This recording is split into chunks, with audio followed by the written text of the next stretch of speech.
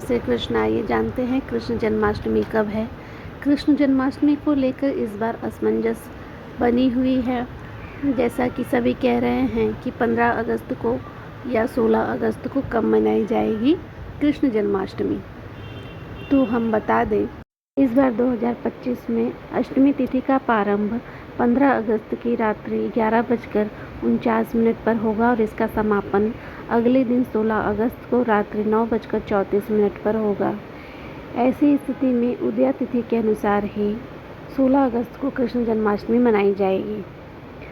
16 अगस्त और 15 अगस्त दोनों को ही अष्टमी तिथि में रोहिणी नक्षत्र का मिलन नहीं हो रहा है, लेकिन अगर अष्टमी तिथि पर रोहिणी नक्षत्र का मिलन ना हो तो ऐसे में उदया तिथि की मान्यता के अनुसार अष्टमी मनाई जा सकती है। चाहे तो भक्तजन दोनों ही दिन भगवान की पूजा पाठ कर सकते हैं, उन्हें सुसज्जित कर फूल माला से और प्रसाद का भोग लगा सकते हैं।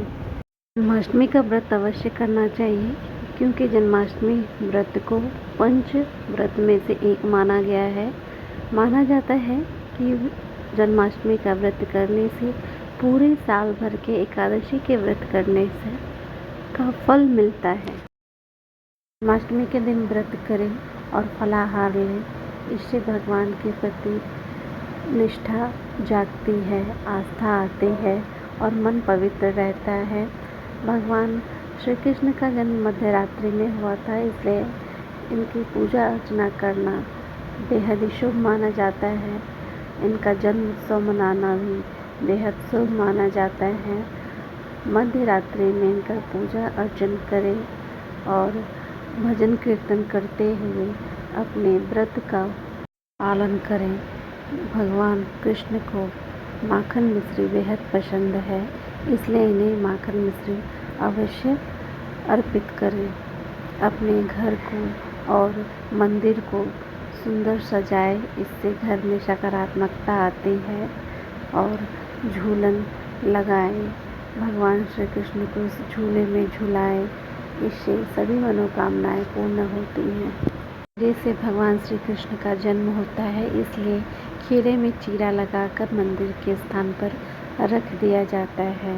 भगवान श्री कृष्ण को भोग के रूप में धनिये की पंजीरी लगाई जाती है, उसमें मिश्री मिलाकर लगाया जाता है और उसका प्रसाद सब में वितरण किया जाता है।